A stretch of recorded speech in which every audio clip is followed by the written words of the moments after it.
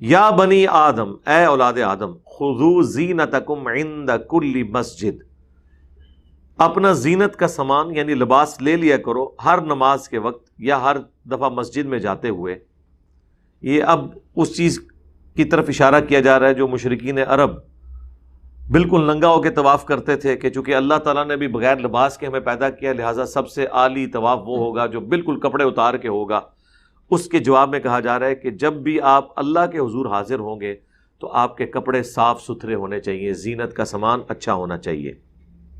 اسی کے اندر یہ چیز امپلائیڈ ہے کہ آخری درجے میں کوشش ہونی چاہیے کہ صاف ستھرے کپڑوں میں نماز پڑھی جائے، لباس کا اہتمام کیا جائے۔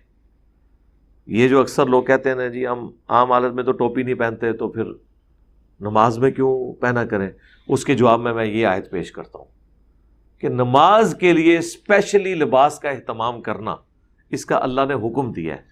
اگر کوئی عام حالت میں سر نہیں بھی ڈھانپتا، اگر وہ سر ڈھانپنے کو سنت سمجھتا ہے جو یقیناً ہے، اور نماز کے لیے اسپیشلی پگڑی کا، کرتا شلوار کا، خوشبو کا، ٹوپی کا اہتمام کر لیتا ہے اسپیسیفکلی، کم از کم میں مسجد میں آتے وقت اپنے آپ کو زیادہ سے زیادہ اللہ کے نبی صلی اللہ علیہ وآلہ وسلم کی مبارک سنت کے قریب کروں، تو اسے ڈسکریج کرنے کی بجائے انکریج کرنا چاہیے۔ یہ تو اسی طریقے سے ہے کہ کوئی بندہ فجر کی نماز نہیں پڑھتا، اب اسے ہم یہ کہنا شروع کر دیں کہ تو زور بھی نہ پڑھا کر،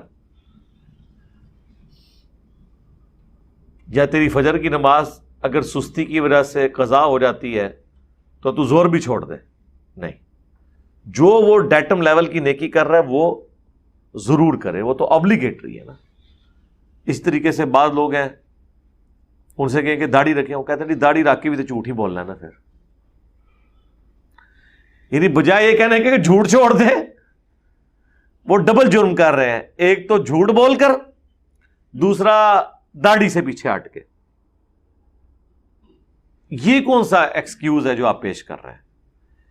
ایک برائی دوسری برائی کا ایکسکیوز نہیں ہو سکتی، ایک نیکی دوسری نیکی کو چھوڑنے کا ایکسکیوز نہیں ہو سکتی۔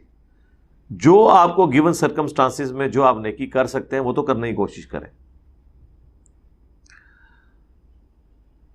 وَكُلُوا وَاشْرَبُوا، اور کھاؤ اور پیو، وَلَا تُسْرِفُوا، لیکن فضول خرچی نہیں کرنی۔ إِنَّهُ لَا يُحِبُّ الْمُسْرِفِينَ، بے شک اللہ تعالیٰ پسند نہیں کرتا فضول خرچی کرنے والوں کو۔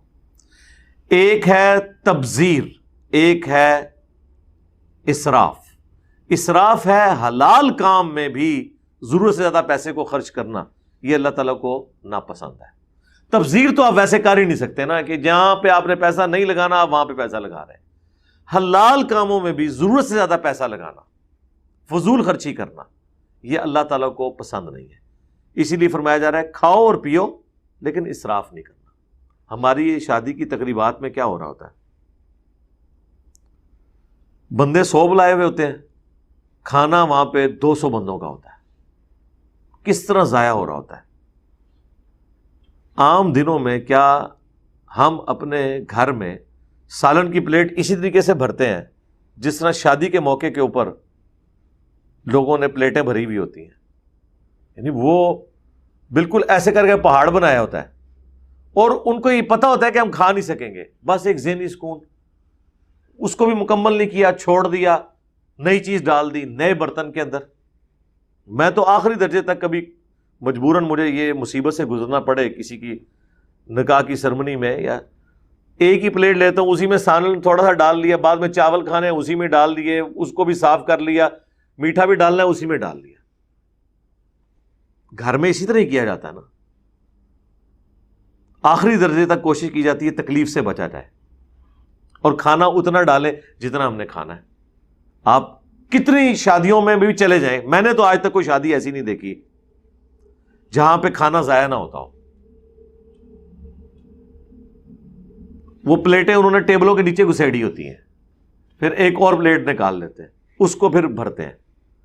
اب یہ چیز ہے کہ کھا رہے تو حلال ہیں لیکن کیا کر رہے ہیں؟ اسراف۔ اسراف حرام ہے۔ پھر حلال میں بھی یہ غلوف کرنا حرام ہے۔ انہ لا یحب المسرفین، بے شک اللہ تعالیٰ اسراف کرنے والوں کو پسند نہیں کرتا۔ قل، اے نبی فرماؤ، من حرم زینت اللہ التی اخرج لعبادی، کس نے حرام کیا ہے اللہ کی زینت کو جو اس نے پیدا کی ہے اپنے بندوں کے لیے۔ یہ ایک ٹونٹ کے طور پر بات کی جا رہی ہے کہ تمہیں کس نے یہ پٹی پڑھا دی ہے کہ جو ننگا ہو کر طواف کعبہ کرے گا تو یہ کوئی ثواب کا کام ہے؟ کیا اللہ نے طواف کے دوران کپڑے پہننے یا اچھا لباس پہننے کو حرام کر دیا ہے؟ ہاں یہ ضرور ہے کہ عمرے کا جو طواف ہوگا اس میں آپ نے 2 انسلی چادریں استعمال کرنی ہیں، ننگا تو نہیں پھرنا، باقاعدہ وہ نیچے تامد ہے، اور عرب میں تو عموماً عام لباس بھی ہوتا تھا، تامد اور اوپر چادر، یہ عام بھی لباس تھا قمیض کے علاوہ بھی۔ اے نبی ان سے فرماؤ کہ اللہ نے کب یہ چیزیں زینت کی جو ہیں وہ حرام کی ہیں، جو اپنے بندوں کے لیے نکالی ہیں؟ لباس، ظاہر لباس بھی زمین سے ہی اگا ہے نا جی، کپاس زمین سے ہی نکلی ہے۔ والطیبات، اور جو پاکیزہ چیزیں ہیں، من الرزق، رزق میں سے کوئی چیز بھی اللہ تعالیٰ نے حرام نہیں کی ہے، حلال ہے، صرف ایشو یہ ہے اسراف نہیں ہونا چاہیے، یا وہ آپ نے حرام طریقے سے کمائی نہ ہو، وہ ساری چیزیں امپلائڈ ہیں اس کے اندر۔ یہ نہ سمجھیے گا کہ بھئی جتنی زینت کی چیزیں، اب یہ جو ماڈرن اسکالرز ہیں وہ یہی آیت پڑھ کے لوگوں کو گمراہ کر رہے ہوتے ہیں کہ جی اللہ نے تو ساری زینتیں حلال کی ہوئی ہیں، اور پھر اس کے بعد یہ رزلٹ نکالتے ہیں کہ عورتیں بے پردہ ہو کے باہر نکل آئیں، اور وہ اپنی زینت کی چیزیں اور سرخی پاؤڈر غیر محرم مردوں پہ ظاہر کرنا شروع کرتے ہیں۔ جی اللہ نے کہا یہ چیزیں حرام کی ہیں جی، اور آیت یہ پڑھ رہے ہوتے ہیں، اس آیت کا اس سے کوئی لینا دینا ہی نہیں ہے، حلال کے دائرے کے اندر اندر بات ہو رہی ہے۔ قل ہی للذین آمنوا فی الحیات الدنیا، اے نبی تم فرماؤ یہ تمام حلال چیزیں، زینت کی چیزیں اہل ایمان کے لیے اس دنیا میں برتنے کا سامان ہے، اسے یوز کریں، خالصتً یوم القیامہ، لیکن قیامت کے دن صرف اہل ایمان کے لیے ہوگی۔ مراد کیا کہ دنیا میں کافر کو بھی کھانا پینا، لباس، جائیداد، فیسلٹیز، ایسٹس ملیں گے، کیونکہ یہ اللہ کا وعدہ ہے۔ اللہ نے کافر کو بھی دنیا میں کھانے کے لیے دینا ہے، لیکن آخرت کا جو رزق ہے، آخرت کی جو نعمتیں ہیں، وہ خالصتاً اہل ایمان کے لیے۔ کذالک نفصل الآیات لقوم یعلمون، اسی طریقے سے ہم اپنی آیات کھول کھول کر بیان کرتے ہیں ان کے لیے جو علم حاصل کرنا چاہیں، جو حقیقت جاننا چاہیں ان کے لیے۔